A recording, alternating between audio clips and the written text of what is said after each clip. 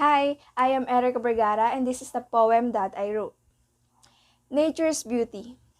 Nothing compares to nature's beauty, and I think everyone will agree. If you truly love nature, you will find its beauty as pleasure. There's nothing compares to nature like how it calms me when I feel torture. I go to nature to be soothed and healed, and yes, it makes me feel the calm I need and give me shield from the pain and noise that I hear. For me, anything about nature's art is the best art because everything in nature invites us constantly to be what we are. Just like when we look at the arts, you'll see how an artist draw it with the heart.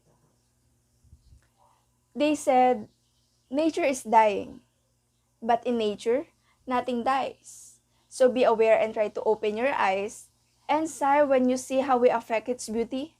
Then let's make action to make it gloomy. And this is the short story that I wrote. Disaster. An old woman tried to teach her granddaughters how to plant trees and explain to them the benefits that they can gain from it. Zoe find it interesting, but Ria don't. She find it boring because she thinks that social media is much interesting than planting. One day, they were walking at the park and eating some snacks. And as they finished their food, Zoe kept her trash inside her pocket, and Ria just threw it anywhere. Her grandmother frowned at her, saying that what she did is not right. But Ria just shrugged her shoulders.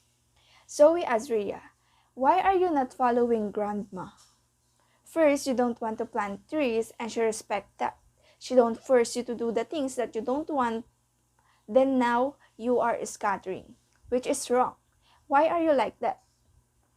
Ria answered, "I just don't care about those things. It's not my thing." So we don't get Ria for her reason, so she don't respond on what she said. Weeks has passed and they heard from the news that there's a typhoon that will affect their place, so the barangay captain told them to get ready to evacuate. But the typhoon arrives earlier than they expected. The water entered their house until they were unaware of the gradual rise of the water in their area. They didn't bring anything with them because what's important to the old woman is to save her granddaughters. The old woman asked someone to get her granddaughters with them and keep them safe. Zoe and Ria don't want to leave their grandmother, but their grandmother pushed them away so they can survive in this time of disaster. She convinced her granddaughters that she will follow them when she saw another rescue. The two children had left, and the old woman was left inside her house waiting for the rescue.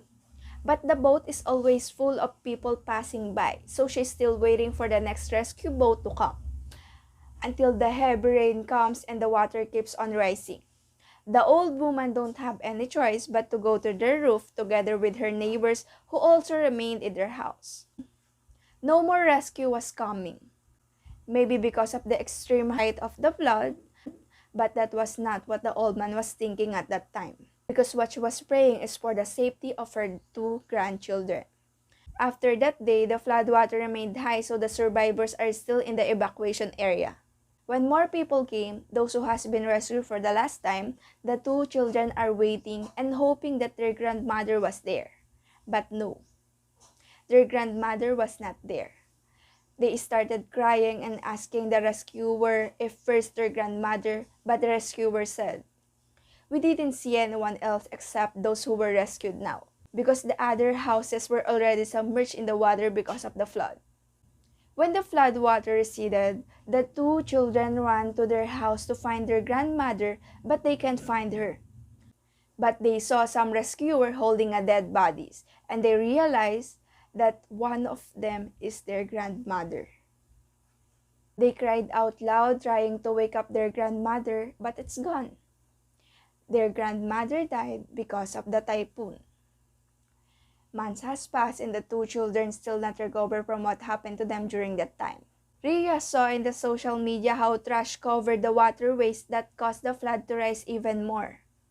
In their classroom, Ria heard her teacher discussing about planting trees, and she remembered the days that her grandmother wants to teach them how to plant trees because she said that it can help us to dry water or it was a protection to prevent severe flood. Now she was crying, regretting not to care about our environment and not taking care of it. She told herself that she won't forget the fact that her grandmother died because of natural disaster and human made.